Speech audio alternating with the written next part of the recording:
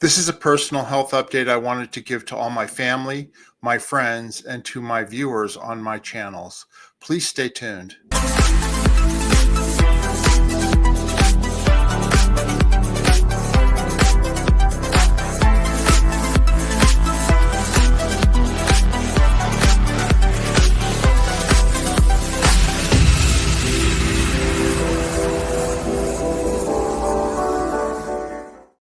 Hello, everybody. My name is Mark Fisher, and welcome to my channel, Scientology Peeling the Onion and Las Vegas Travel and More.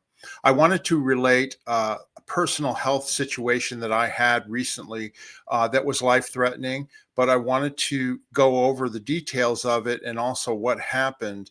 And I don't normally talk about, myself, my personal health and that type of thing, but because I shared my weight loss with the viewers, and also because I think it's very important that people be aware of the steps of what goes on to catch, the early warning signs so that, you don't have to face a life-threatening situation. So I decided to do this video so that I could share it with everyone here.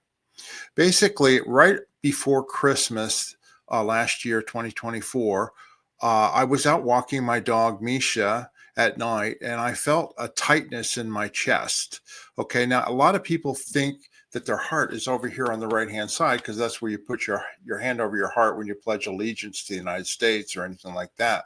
But in actuality, your heart is right in the center of your chest. It's right in here, right behind your breastbone here in the center. And I didn't have any pain or anything like that, but I had a tightness, and it was an unusual feeling. It was something I had not felt before, and I spotted it right away as something that was strange. I wasn't out of breath. I wasn't in pain, but it was almost like, that feeling of when like something constricts, and it took like a minute or two for it to go away. I decided to, take it easy, and I went inside the house and I took a baby aspirin, which is what I've been told over the years, that if you feel anything that might be having to do with your heart, take a baby aspirin right away. And that, is a safe way to, make sure that there's nothing serious going on. Anyway, I decided, okay, well, maybe this is a one-time thing. A couple of days later, I was out walking Misha again, and the same thing happened, only this time it lasted longer. And this was 2 days before Christmas Eve. And I was, like I said, out walking the dog, and it was at nighttime. And at this time, I was a little bit more concerned. So I called my friend Tom, and I told him what happened. And he said, you need to go to the emergency room. And I didn't feel like it was, that serious of a situation that I need to go to the emergency room. But he said, look, you've got insurance through Medicare. You need to go to the emergency room. Even if they just check you out, it's worth it to know. It's better to know than to have something serious happen. So I did. I had my next door neighbor drive me to the emergency room down the street, and I spent 2 or 3 hours in there, and they ran an EKG and they did blood tests and all that. And I wasn't in any discomfort. And after about 2, 3 hours, they checked the blood test and they said, well, you didn't have a heart attack. We can't find anything wrong or anything like that. But if you want, you can actually, we could admit you into the hospital, and we could do a stress test the next day. And I said, well, what's my danger level if I decide to go, if I don't want to stay? And they said, well, you should definitely go see a cardiologist or go see your primary care physician, but that, you're not in any real danger. Just if you have chest pains, come back to the hospital, to the emergency room. So since it was the day before Christmas Eve, I figured I don't want to be in a hospital for 2 or 3 days over Christmas because, it'll probably be lighter load. There won't be doctors there, etc. So anyway, I decided to go home, and then I made an immediate appointment the next day to see my primary care doctor. And then he gave me a referral to go over to see a cardiologist, which I then did a couple of weeks later. Now, when I went to go see the cardiologist, he recommended that I do 2 different tests. So he scheduled me for, I guess it's called an echocardiogram, where they actually, lay you down, and it's almost like a sonogram, like where they look at a baby in the woman's womb, and you can see the heartbeat and the whole bit. And I'd never seen it done, had this done before. So I actually was laying there on the table, and this technician, did this echocardiogram, and I could actually see my heart beating on a computer screen, and she was taking photographs of it for the cardiologist. The next test I had to do right after that was a nuclear stress test. And this is what I figured I was going to have to do, because a stress test is where they can tell if there's something serious going on. So I did this nuclear stress test on a treadmill, and that procedure was done. And once I was done with that, the results were then sent to my cardiologist, in order to be able to determine what needed to be done next.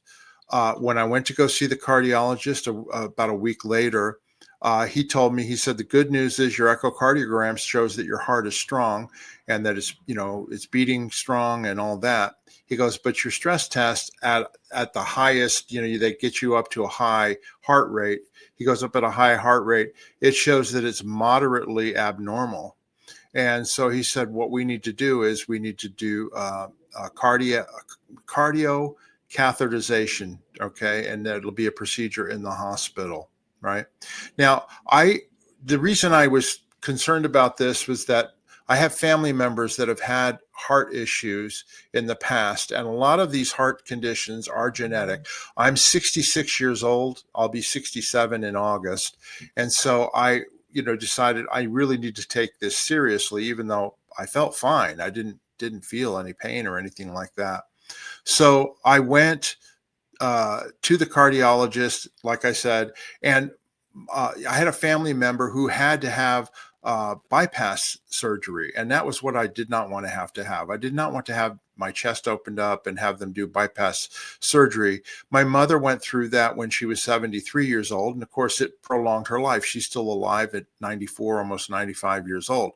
But I went through the recovery with her, and it's not pleasant. They cut through your breastbone and they do the procedure, and then it takes a long time for the breastbone to heal. So it's quite a recovery period. So I was not looking forward to something like that. So anyway, after doing the stress test, I got scheduled to go do the cardiac catheterization, and that was a little over 2 weeks ago here at a local hospital in Las Vegas. When I went to go do the catheterization, what they do is they actually, you go in. Normally it's just a procedure. You go in, you do it, and then after a couple hours you go home, right? So what they did was, when they did the catheterization, like I said, I had never done anything like this before. They basically insert a catheter into my wrist. They went into my wrist and then up my artery into my heart. And then when I was up in my heart, they inject dye into the arteries so they can see, where the blockage, if anything, is, and how much it's blocked. And then they have like cameras and stuff that can actually see, like X-ray cameras or whatever, while they're doing the procedure, so they can see your heart and they can see what's going on in the different arteries. You're awake during this procedure. They give you a medication to make you relax, but you are awake. And there was no pain involved or anything like that. It was not painful at all. So I'm lying there on the table, and the doctor, goes to the procedure, and he put the catheter in, and he had, if I looked to my left, I could see the screen of what he was looking at, and then he immediately said, "Uh-oh, well, we've got a blockage here. This vein here, this artery here is called the Widowmaker." And he says it's 99.9% blocked. Okay, we need to handle that right away. And he goes, what we're going to do is we're going to put a stent in there, and that'll take care of it. And I said, well, when are you going to do that? And he goes, I've already done it. It's actually done now. And I didn't feel anything. He goes, it's in there right now, and it's working great. And now you're getting 100% flow of blood and oxygen through your arteries to your heart. And then I said, well, what about my other arteries that you see there? He goes, they're all perfect. There's nothing wrong with them, and they're all just fine. So, we're lucky we can put this stent in there and take care of it, and that'll be it. And so I asked him, I said, well, what does that mean? He goes, it's great. He goes, you caught it, right at the right time, because if it had closed up 100%, we'd be talking heart attack and most likely death. body death and death. So, he goes, it's a good thing that you decided to come in and get this procedure done. So then after that, I was taken out of the room where they did the procedure, and then I was in recovery. And then they have you stay overnight. When they put a stent in you, you have to stay overnight in the hospital so that they can monitor to make sure everything's okay and that the bleeding stops. And the next morning, then they let me out. The only other change they made is that they now have added a blood thinner that I have to take, and that's my cardiologist. I just saw him the other day, and I wanted to wait, before I told this story until after I saw my cardiologist for the follow-up, because I wanted to find out, okay, well, what do I do now, and how is this going to affect me? And he said the reason that you have to take the blood thinner for 12 months is because the antibodies, your immune system in your body, it wants to reject the medical device that's been installed in there because it thinks it's, shouldn't be there. And so by having the blood thinners in there for 12 months, it allows, there won't be any risk of blood clotting in there and blocking, reblocking that artery. So he said, but what happens is that your body then, the cells inside the walls of the artery then grow over the stent to the point where the body then thinks that the stent is part of your body because it's covered with the tissue in your arteries. And he goes, and then you don't have to have the blood thinners anymore. And he goes, that usually takes about 6 to 8 months, but we have you take the medication for 12 months just to be safe. But he said, your prognosis is excellent. And he said, your other arteries are great. Your heart muscle is strong. You're getting excellent blood flow.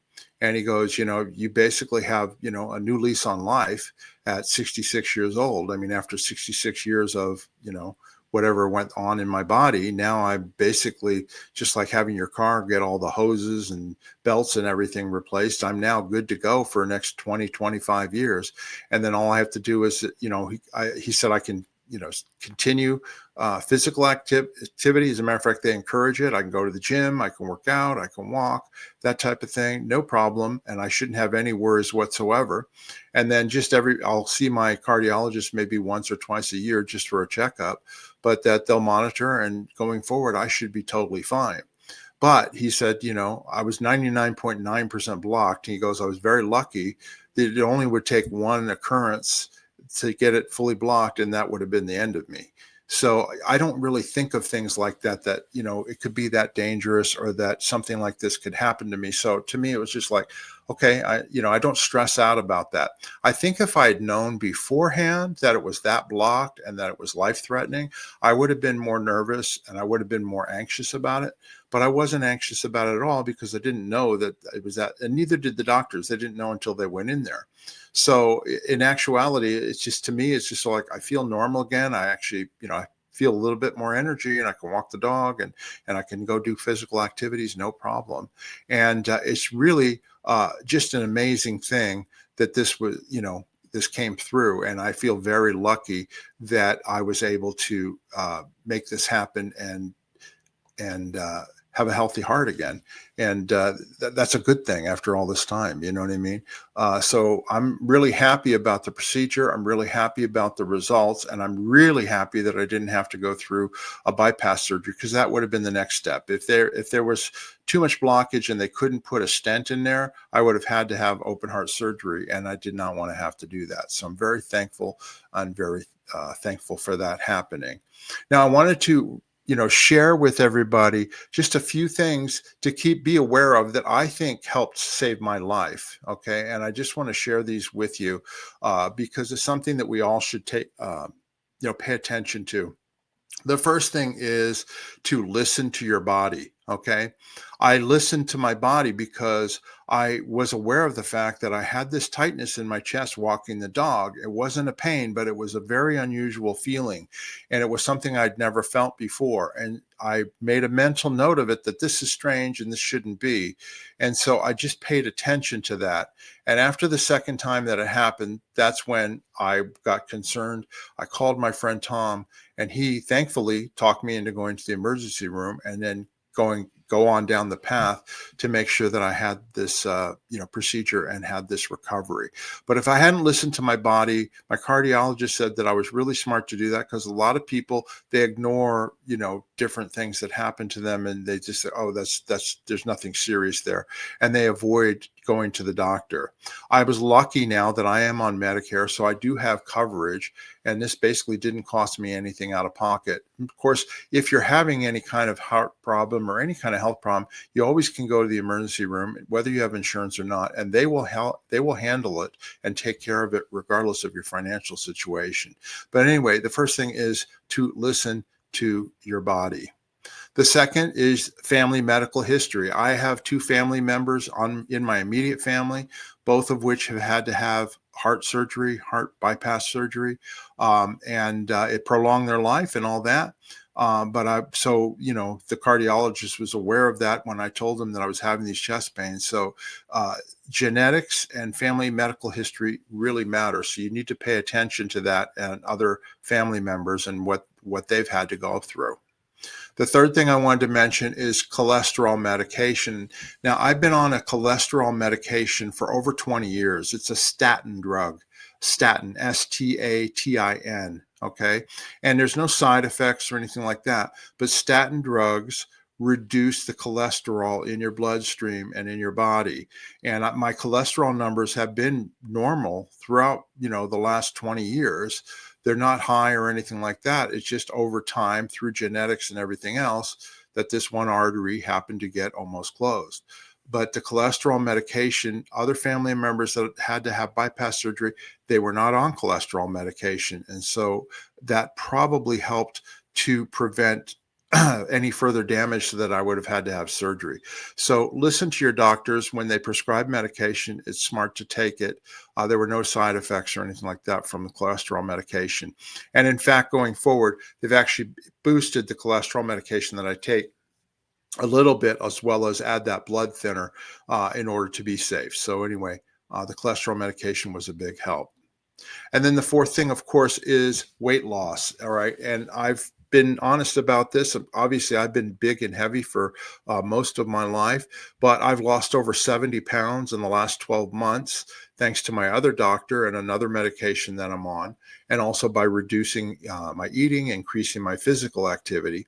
And I'd like to lose another 30 to 40 pounds, and I'm well on to the way to that. But it's a good thing that I was able to catch this, because the heart condition would have prevented me from, carrying on, particularly if I'd passed away. So weight loss, what you eat, I don't smoke. I very rarely, if ever, drink. All these things contribute to cholesterol and to coronary heart disease. So all these things, play a role in it as well, in terms of my survival and, doing well. At any rate, I just wanted to share these things with you and share my story with my viewers, my family, and my friends. I'm in great shape. I got a lot to live. When I think back on it, I go like, I got a lot more living to do. I'm not done yet at 66 years old. You know what I mean? I feel like I'm 36 years old, and my body is getting better and better all the time. And I want to continue this life. And I would have been really disappointed if this had been the end, because there's still a lot more going on.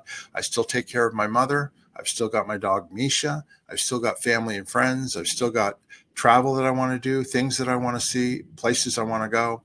And so I'm really thankful that now I have basically a new lease on life. And I never would have known this if I hadn't listened to the tightness in my chest and listened to my body and gone through these steps. So anyway, I'm very thankful to my doctors and to the hospital that took care of this, and to my friend Tom for insisting that I go to the emergency room. Like I said, it's very easy for people to go, oh, no, I'm not going to do that. No, you do need to listen to your body and do those type of things. And for that, I'm thankful, and I'm still here, and you'll be seeing my face on the videos, from now and into the future. So anyway, I just wanted to share that story with you all. And I wanted to thank everybody for being a supporter and for your support. I don't need any sympathy or anything like that. I'm doing well, and there's nothing to worry about or anything like that. So anyway, thank you all for watching. Please subscribe to my channel, Scientology Peeling the Onion. with me and my co-host Janice Gillum Grady, or subscribe to my Las Vegas Travel and More channel. I greatly appreciate the support. If you have any questions or comments or anything like that about what I just talked about, please go down below and write them in there. I appreciate any feedback, and I'll answer any questions that I can. And if you'd like to support me or support the channel, there's a link in the description where you can buy me a coffee. That's just a way of donating money to me. And it's very simple to do. There, just click on that link, buy me a coffee, follow the instructions, and I greatly appreciate the support. And then finally, I just wanted to mention, please, if you'd like to also support me, you can become a member of the channel. Just right next to the subscribe button, there's a button that says join. Click on that join button. There's a short video that explains the different levels of membership. It's just another way to support the channel. Click on that, follow the instructions. And again, I appreciate any support. I'm going to continue telling the stories along with Janice, and I hope you enjoy them. And I want to thank everybody who's been a member, and I want to thank everyone for their support as we've been going through this journey together. Anyway, that's the video for today. I hope you all have a great weekend and a great spring and going into the summer, and carry on. Life goes on. Thank you very much for watching. Bye-bye.